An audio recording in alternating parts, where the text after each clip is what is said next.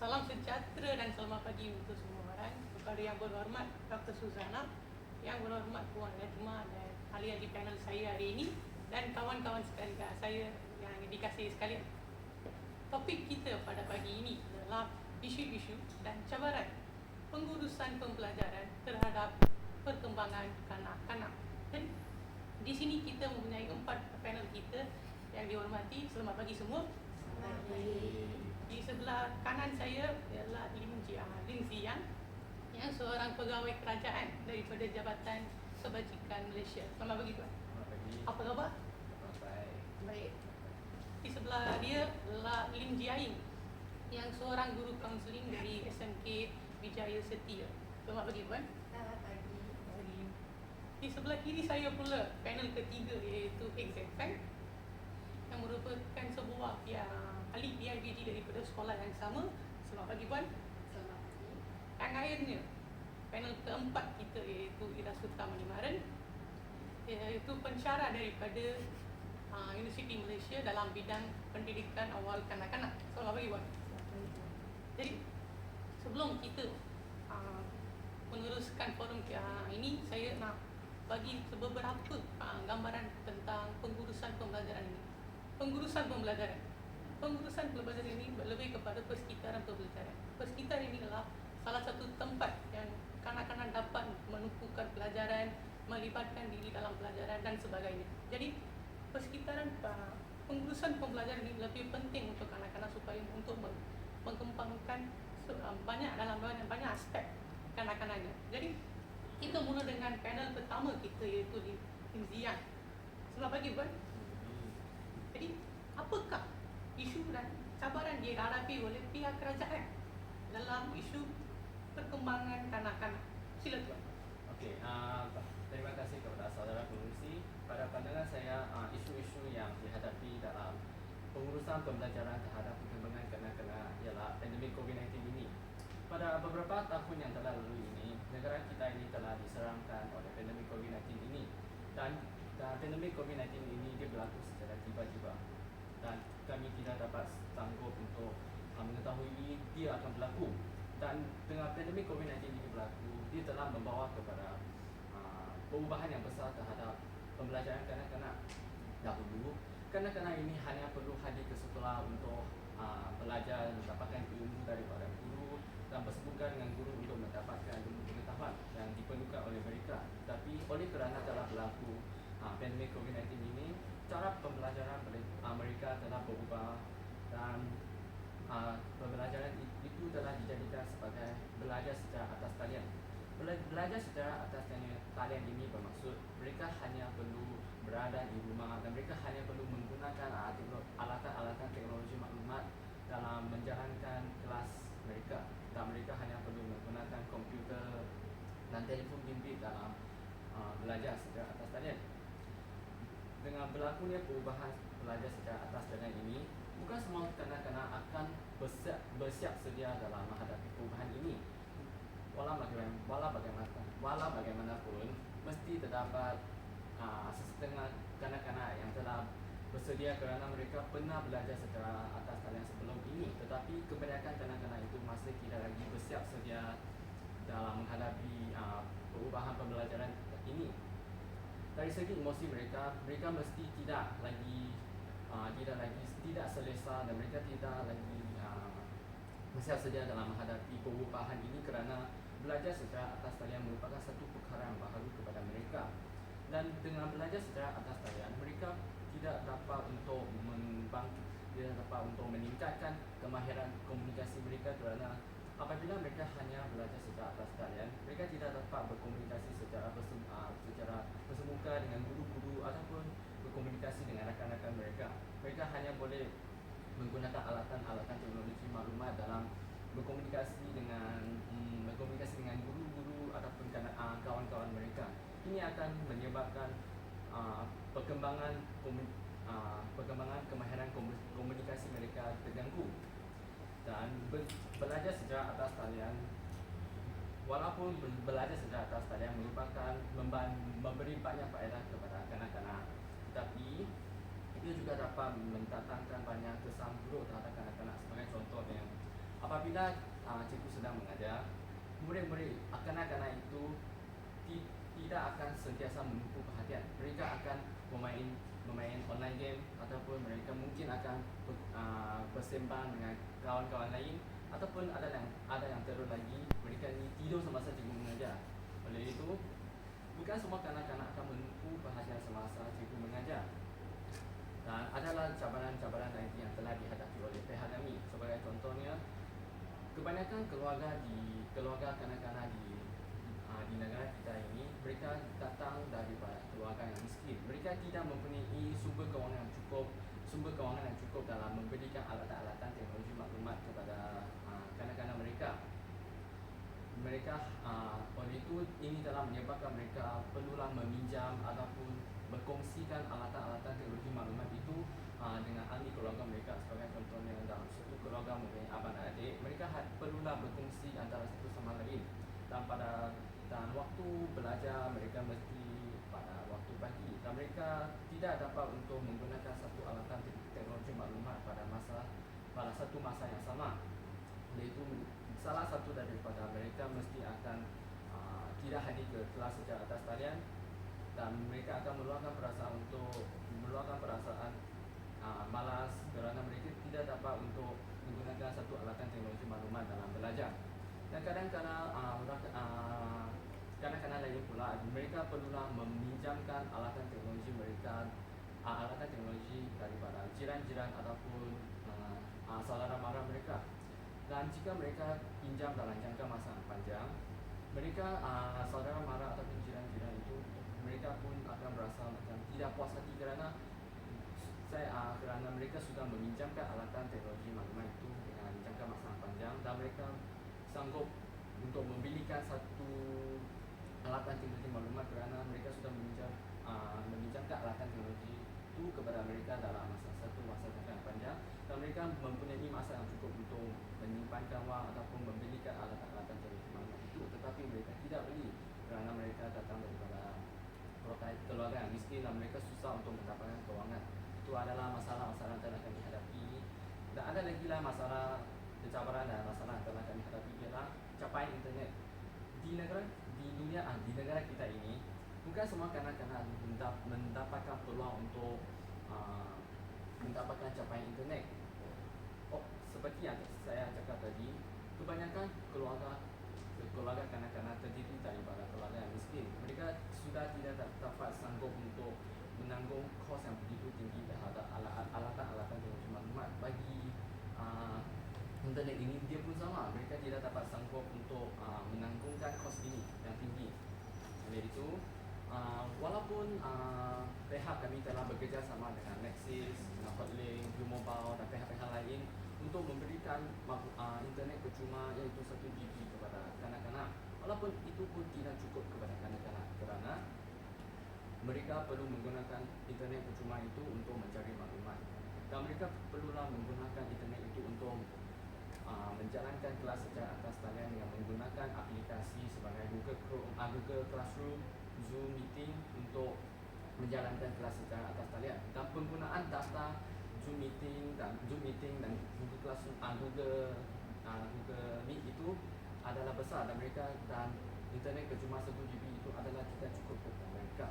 Dan bagi kanak-kanak yang tinggal di pedalaman pula, mereka menghadapi masalah internet, iaitu capaian internet mereka yang sangat teruk di kawasan itu, dan mereka perlulah pergi ke bandar untuk mendapatkan satu capaian internet yang bagus kepada mereka. Mereka perlu pergi jauh untuk mendapatkan capaian internet, dan pada jangka masa panjang mereka juga akan berasa malas kerana perlu pergi ke tempat yang jauh untuk belajar. Oleh itu, ini adalah masalah-masalah yang telah kami hadapi dalam memberikan satu pembelajaran yang bagus kepada kanak-kanak. Dan kami akan menyelesaikannya dengan secepat mungkin, dan dengan masalah-masalah ini telah diselesaikan, pihak kami yakin bahawa kanak-kanak dapat berkembang secara menyeluruh dan mereka dapat belajar secara gembira dan seronok. Jadi itu saja daripada saya. Terima kasih kepada saudara pengurusi. Terima kasih. terima kasih Tuan Pegawai Kerajaan kita, terima kasih. Ucapan yang jelas sekali saya dengar, sebab Tuan kata apakah yang kanak-kanak menghadapi dalam masa lockdown dalam COVID-19 kita pada 2 tahun yang lalu. Bukan saja yang budak-budak yang besar mengalami masalah ini, kanak-kanak juga mengalami kesukaran untuk mempelajari pelajaran mereka di tadika atau di rumah dalam online. Jadi, Tuan juga memberi jelasan dari aspek fizikal, emosi dan sosial. Kanak-kanak tidak dapat komunikasi dengan kawan, suka mendapat pencapaian yang bagus, yang golongan miskin dan susah untuk mendapat sebarang peranti teknologi. Terima kasih Tuan, penjelasannya bagus. Yang kedua, panel kedua kita, Lim Jai, apa khabar? Khabar baik.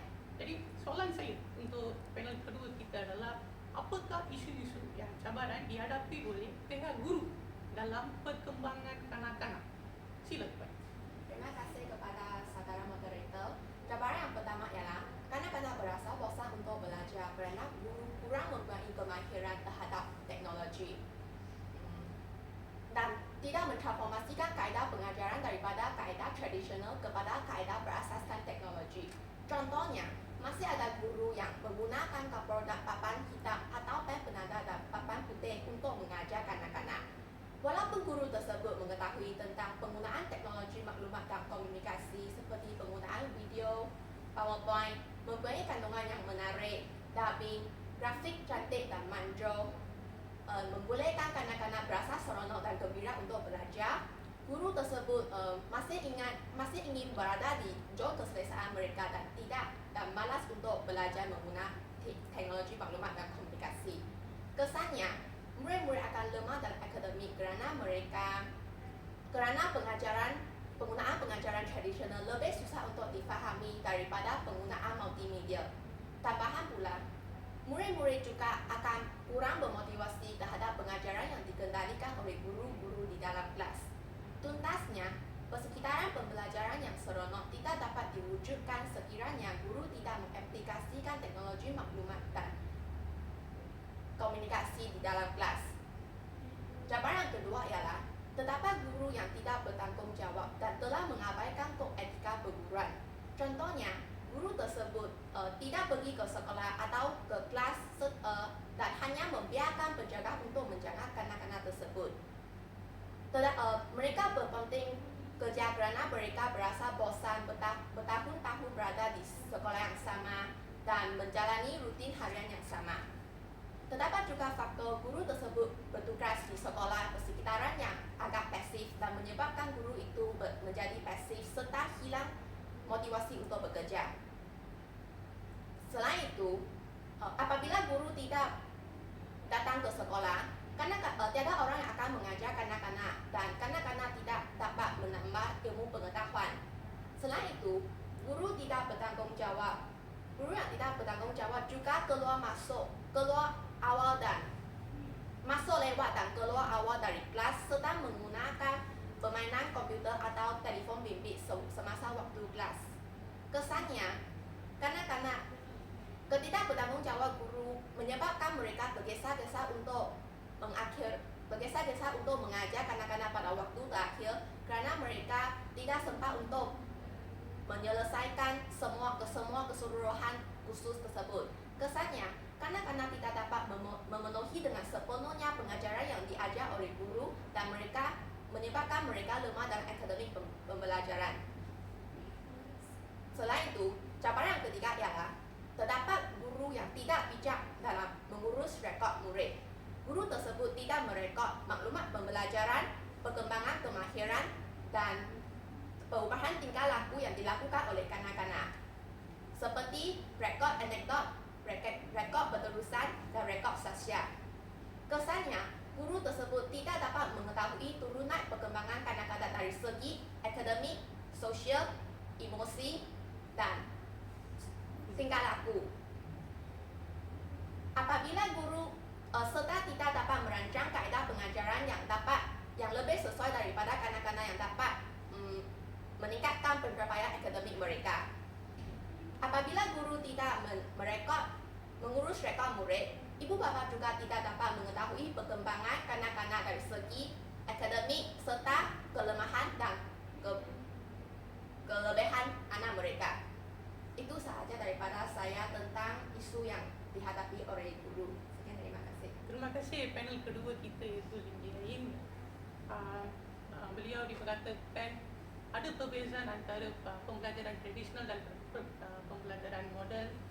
Beliau juga ada kata kelemahan dan kelebihan dalam kedua-dua pembelajaran itu dalam pengurusan pembelajaran.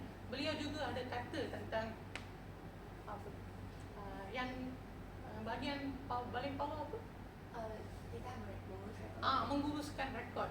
Beliau juga katakan idea-idea yang bagus tentang pengurusan rekod, sebab seorang guru perlulah menguruskan semua rekod-rekod pelajaran dari segi akademik, jasmani mereka. Baik, terima kasih Pak. Seterusnya kita beralih kepada sebelah ini saya, iaitu panel ketiga, iaitu exam fan. Jadi Puan, soalan saya kepada Puan adalah apakah isu-isu dan cabaran dihadapi oleh ibu bapa dalam pengurusan pembelajaran terhadap perkembangan kanak-kanak? Sila. Terima kasih kepada saudara Darwin atas soalan yang diajukan.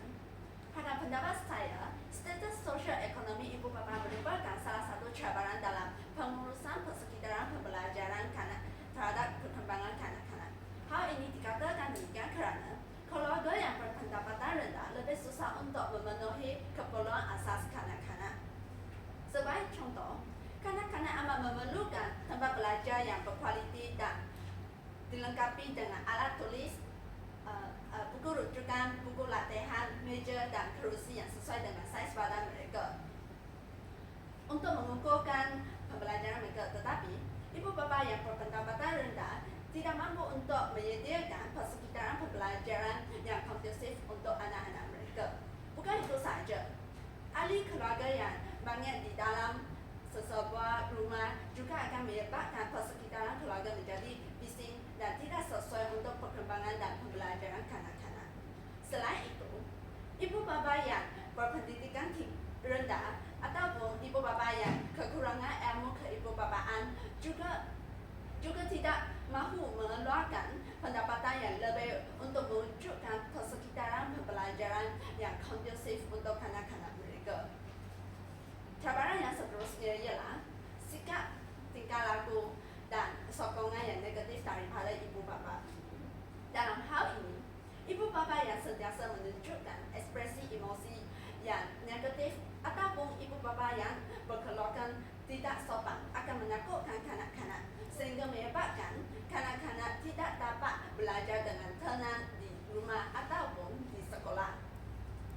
Tambahan pula, ibu bapa yang suka memarahi kanak-kanak apabila kanak-kanak melakukan kesalahan yang kecil akan menyebabkan emosi kanak-kanak menjadi tidak stabil kerana kanak-kanak tersebut hidup dalam suasana ataupun persekitaran yang penuh dengan ketakutan. Lebih malang lagi, kekurangan penjagaan dan sokongan daripada ibu bapa terhadap tingkah laku kanak-kanak berkeperluan khas juga akan mencetuskan persekitaran pembelajaran yang tidak harmoni di rumah. Hal ini akan menyebabkan kanak-kanak tersebut tidak mampu untuk menumpukan perhatian yang sepenuhnya di dalam pembelajaran mereka. Cabaran yang terakhir ialah kesibukan ibu bapa dalam pekerjaan. Pada hari ini, ibu bapa lebih mengutamakan kejayaan mereka sehingga apa akan tanggungjawab hakiki mereka untuk menguruskan pembelajaran dan perkembangan kanak-kanak. Dalam hal ini, kita boleh katakan bahawa anak-anak yang kehilangan kasih sayang daripada ibu bapa yang sibuk bekerja adalah yatim. Kesibukan dalam pekerjaan bukan sahaja akan menyebabkan ibu bapa kekurangan masa untuk mendidik dan menemani kanak-kanak mereka, bahkan juga akan menyebabkan kekurangan kasih sayang, komunikasi, perhatian daripada ibu bapa terhadap perkembangan dan pembelajaran anak-anak mereka.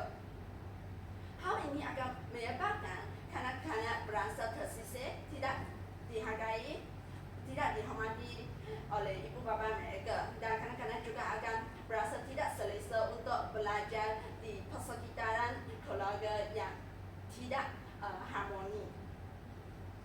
Oleh itu, timbullah tingkah laku yang bermasalah dan suka dikawal dalam kalangan kanak-kanak. Itu sahaja daripada pendapat saya tentang isu dan cabaran yang dihadapi oleh pihak ibu bapa dalam pengurusan persekitaran pembelajaran terhadap perkembangan kanak-kanak. Sekian, terima kasih. Terima kasih Puan Zekfeng terdapat memberikan idea tentang apakah isu-isu dan cabaran dihadapi oleh ibu bapa untuk mengembangkan pengurusan pelajaran mereka, perkembangan kanak-kanak. Seperti Puan kata, kita sebagai ibu bapa kita perlulah memberi alat-alat seperti meja, pensel, pembaris seperti itu untuk mengalahkan mereka dalam pembelajaran mereka, sebab itulah asas yang penting untuk mereka menerusi pembelajaran mereka. Selain itu, mereka perlulah memberi motivasi sebab mereka tidak merasa bersendirian, tidak memotivasi untuk belajar berlanjut. Terima kasih Puan untuk memberi ucapan yang bagus. Yang seterusnya, panel keempat kita iaitu Ida Sultan Manimaran. Puan, jadi soalan saya yang pada pada forum ini adalah apakah isu-isu dan cabaran dihadapi atau mengatasi oleh media sosial untuk perkembangan kanak-kanak? Silakan Puan. Okey, jadi sebelum saya ceritakan tentang media sosial, saya akan ceritakan tentang isu yang dikemukakan oleh guru dalam proses pengajaran dan pembelajaran. Salah satu isu persekitaran yang dipengaruhi ataupun yang dialami oleh guru-guru ialah pendedaan kepada bunyi bising. Contohnya, kajian advance menunjukkan bahawa bunyi yang paling lazim ataupun paling yang didedakan kepada kanak-kanak ialah bunyi pengangkutan, iaitu kawasan yang kanak-kanak bertinggal di ampiran kawasan lapangan terbang. Mereka juga akan mengalami pelbagai kesan daripada pendedaan kepada bunyi bising ini. Tahukah anda apakah kesan yang dihadapi oleh kanak-kanak jika mereka bertinggal berampiran dengan kawasan lapangan terbang? Puan boleh tak menguraikan kesan-kesan Boleh. itu? Pertama sekali, kanak-kanak akan mengalami pelbagai kesan daripada pendedaan kepada bunyi bising ini.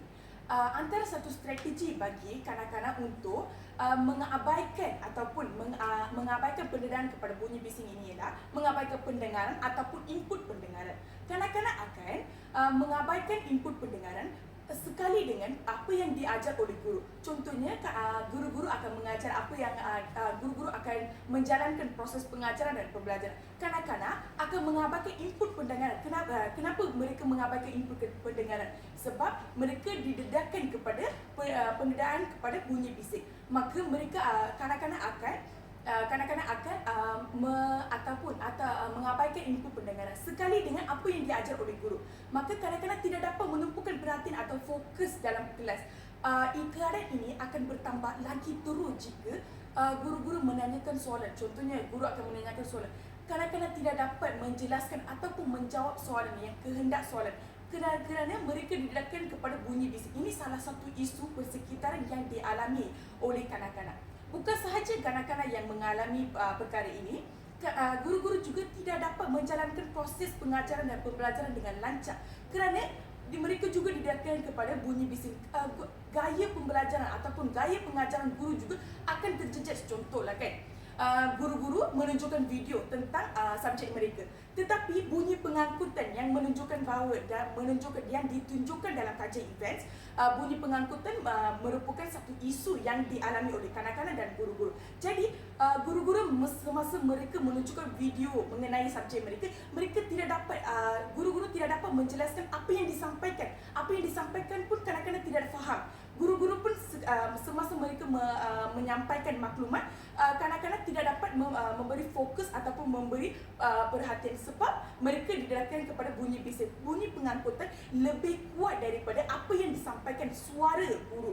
Jadi mereka juga tidak dapat memberi perhatian dalam kelas. Ini juga akan memberi impak yang sangat mendalam dalam diri kanak-kanak kerana mereka tidak dapat menunjukkan prestasi akademik yang tinggi dalam peperiksaan ataupun contohnya semasa guru-guru menanyakan apa-apa soalan ke. Ini juga merupakan perkara yang paling mengejaukan semua pihak, kerana guru-guru akan berasa tekan, mengalami tekanan. Kanak-kanak juga akan mengalami tekanan. Bukan saja kanak-kanak yang mengalami tekanan, guru-guru juga akan mengalami tekanan, kerana guru-guru dah bersungguh-sungguh untuk menyampaikan apa yang mereka ingin menyampaikan kepada kanak-kanak, tetapi kanak-kanak tidak memberi perhatian sebab mereka didedahkan kepada bunyi bising. Ini juga mengecewakan pihak kerajaan ataupun pihak sekolah kerana prestasi akademik mereka menurun. Ini juga akan mengecewakan pihak ibu bapa kerana anak-anak mereka tidak menunjukkan prestasi yang tinggi dalam peperiksaan mereka. Bukan sahaja itu, kanak-kanak juga akan menghilangkan ataupun mengalami kerosakan pendengaran jika keadaan ini berpanjang berterusan, kerana tahap kebisingan yang kronik boleh juga memberi ataupun mempengaruhi perkembangan kognitif kanak-kanak, iaitu ingatan jangka panjang. Ini akan memberikan pelbagai kesan jika perkara ini berpanjangan. Tadi pengerusi tanya tentang apa tadi? Apakah isu-isu cabaran dihadapi oleh media sosial? Media sosial, okey. Media sosial ini contohnya terdapat pelbagai media sosial, contohnya Facebook, Twitter, WhatsApp dan beberapa media sosial yang lain lah. Jadi perkara-perkara sebegini, media sosial terlepas pandang untuk menerbitkan ataupun menyiarkan kepada masyarakat, sebab masyarakat pun tidak tahu. Sebagai pensyarah saya tahu kerana kanak-kanak apa aspek yang dipengaruhi oleh kanak-kanak yang tidak boleh memberi perhatian dalam kelas, tetapi media sosial terlepas pandang dan juga tidak menerbitkan ataupun menyiarkan kepada masyarakat. Ini juga akan memberikan kesan kerana masyarakat tidak akan mengambil tahu dalam perkara ini. Masyarakat terdiri daripada ibu bapa, kerajaan, pihak sekolah. Jadi perkara ini perlulah disampaikan kepada masyarakat. Media sosial ini juga tidak mendapatkan apa-apa maklumat tentang perkara ini sebab kerana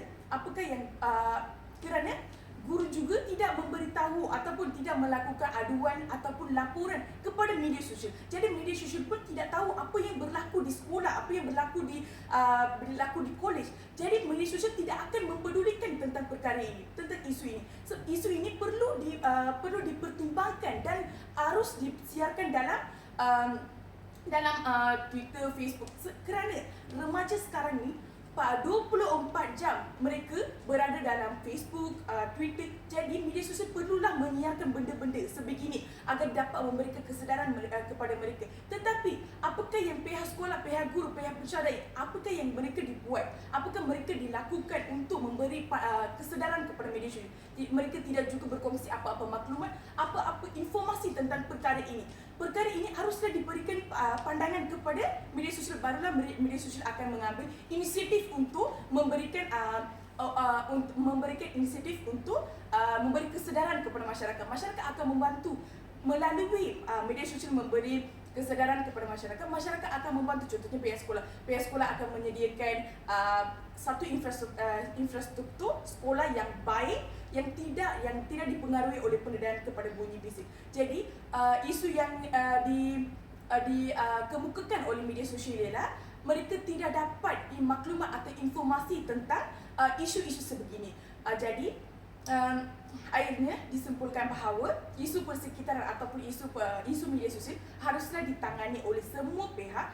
Pihak kami, pihak pensyarah kami sedia untuk membantu dalam hal ini kerana bertepuk sebelah tangan tidak akan berbunyi. Jadi ada mata pandang, ada telinga mendengar, ada mulut bercakap, ada otak fikir-fikirkanlah. Sekian sahaja daripada saya. Terima kasih. Terima kasih kepada panel keempat kita yang memberi ucapan yang paling bagus kepada semua audiens kita. Berikan tepukan untuk dia. Jadi walaupun panel kita bercakap dengan pantas, tapi kita dapat apa yang dia yang sampaikan, iaitu bunyi bising yang boleh menghilangkan fokus kanak-kanak dalam masa-masa belajar dalam kelas. Memang ada banyak kesan dia, tapi saya menyertakan ataupun menyatakan sedikit sahaja kesan dia. Tapi memang ada banyak kesan dia lah.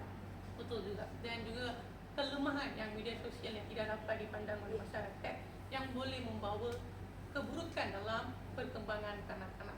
Jadi saya ingat, saya percaya semua orang dapat disampaikan oleh panel-panel kita pada forum ini. Jadi saya mengakhirkan forum ini. Terima kasih. Terima kasih.